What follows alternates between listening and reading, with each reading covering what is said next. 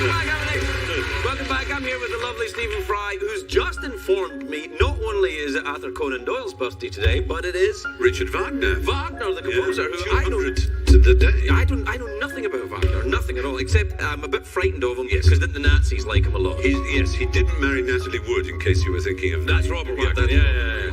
Just to be absolutely clear, he was a German composer born in Leipzig on 22nd of May, 1813, and he was a towering genius who cast a shadow over the entire 19th and 20th centuries in music and art. On the other hand, he was also, if I may say so, a howling dreadful man. Yeah. And I went out to make a film about him because from an early age I was obsessed by his music. It is so powerful, so remarkable. It gets parts of you that no other musician that I'd ever heard does. I mean, I love all kinds of music, serious classical music, or indeed, rock music, pop music, jazz, all kinds. But there's something about Wagner that was so special. And yet, as I said earlier, with a Jewish mother, this man who specifically wrote an article, a notorious pamphlet called On Jewishness and Music, in which he attacked Jews quite horribly, specifically Mendelssohn, the composer, and Meyerbeer, who was the biggest composer of that period, though is now largely forgotten. And but it was very deep and visceral. It was how repulsive Jews were, and that was bad enough.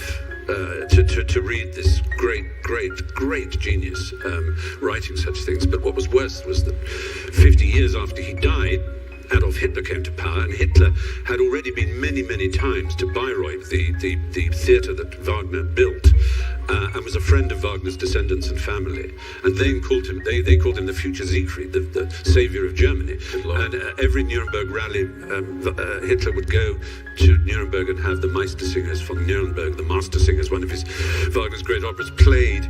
So I went and made this film, and it was painful because I had to confront a lot of the problems where if you love some art, some work, but you hate the artist. It's like there is somewhere in Genesis. Is it? You judge. It's the fruit. By their fruit shall you know them. In other words, the tree may be ugly and gnarled, but if the fruit is sweet and delicious, you don't question it. But you do question it. And I saw this amazing woman called Anita Walfish, Laska Walfish, who had, as a little girl, been at Auschwitz, and she had this astonishing talent on the cello. So she played for the Kapelle, the sort of little band at Auschwitz, in the female version, which was conducted by a niece or cousin, I think, of Mahler, the composers. And that's what saved her from death, because the rest of her family, who weren't so talented, all perished. And she told me about this one occasion which just sent chills through me. She said, I was sitting picking lice from a friend's scalp, and the camp doctor walked in. You probably heard of him. His name was Josef Mengele. Good Lord. I said, God, I've certainly heard one of the most evil person who ever lived. Exactly. Yeah. And I said, what did you see? He said, well, my bowels turned to water. I was just terrified because we all knew that people would disappear into surgery and they were never seen again, or they would mutilate it beyond belief. And the screams come from his surgery. And I thought, oh God, he wants to find out what makes the brain of a musician or something. He's going to cut me open. And so I looked at him and trembled, and he pointed to my instrument, snapped his finger, and I thought, oh, thank God, he just wants me to play. So I said, what happened? She said, I followed him into his office, and he pointed me to the corner, and I played. And I said, do you remember what you played? She said, of course I remember. It was Träumerei, which is a piece by Schumann, which is transcendently beautiful. And I said, and when it finished, I said, he waved his hand away. And I said, did he thank you? And he said, oh, you sweet boy, you still don't really understand, do you? And I said, well, I'm just thinking, an intelligent man and this girl plays beautiful music. He said, do you thank your telephone or your washing machine? We weren't human. Good Lord. Jews were not human. That is why they could do what they did to us. Because they really did not think we were human. And that was because they had had 10 years of Goebbels and Streicher and these films and this propaganda and the kernel, which you're talking about, coming from Wagner and the anti-Semitism from that the period. Glory of the Aryan race. Yeah. And this Untermenschen, this literally is German for subhumans, and that's what the Jews were Untermenschen or Affenmenschen, ape men. And if you do that for a generation, you just make some population feel that the other population are not human. They can do anything to them, as That's what the Holocaust proves. But anyway, so... So Wagner, anyway, Put that against a radiant piece of music that is about love and is anti-power, is anti-fascist. So that was a really. This has become a very heavy example of the Late Late Show. But I think the format can take it. I think it's fine. Look, they can go away if they don't like it. I think fine, but we can talk about rosy nipples at another point. I think rosy nipples have a place, but that place is tucked away for the evening. I think it's appropriate to talk about anything you want to talk about. It's very late at night, but what I find fascinating is the idea that you are not affected. Your appreciation of the art is not affected. Because I was like, pick it up. He'd take his beautiful music and stick it right. Tutti fruits. I do. Every single time I do until I hear it. And then as soon as I hear it, it takes me somewhere so beautiful, so profound, so extraordinary. He was a pygmy compared to the art he made, and that's often the case. And in the film, the Bayreuth Festival, the Festspielhaus, the festival playhouse that he founded to make his own music, his own theatre, a unique theatre with the orchestra is under the stage, and it is the only one that's allowed to break any safety laws, so that when the ring starts, the 4 nights of the ring of the Nibelung, this sequence of dramas begins, you're in complete blackness. There are no exit signs. There's no spillage of light from the orchestra because it's under the stage where it blends with the singers.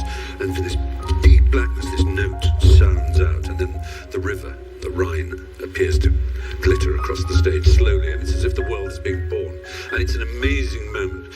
And it's moments like that just shiver. They pass that test that Gleb Miller had, that James Stewart said, I want to hear that. That sound.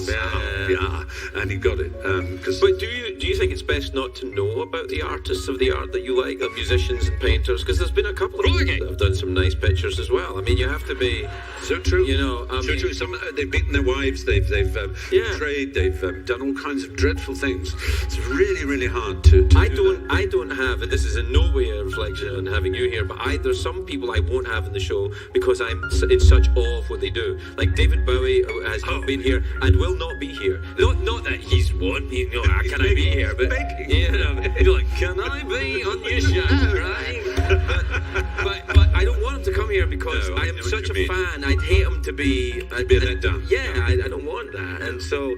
And in the same way, I would hate it if someone told me that Lauren and Hardy didn't get on and never spoke to each other. I have as it happens, I know they did nothing. But if someone told me that, horrible. Stephen, it's always a joy talking to you. I'm afraid we're out of time. Can't believe had a most magnificent time. Too. Yeah, I feel that we should have included the robot skeleton more, but I'm sorry, it's quite a lot.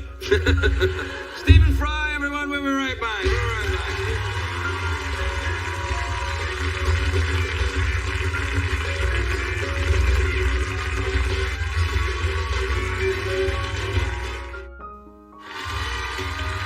If you're watching Craig at home, you're missing half the fun. Consider this your formal invitation to laugh live in our studio audience at a taping of The Late Late Show with Craig Ferguson.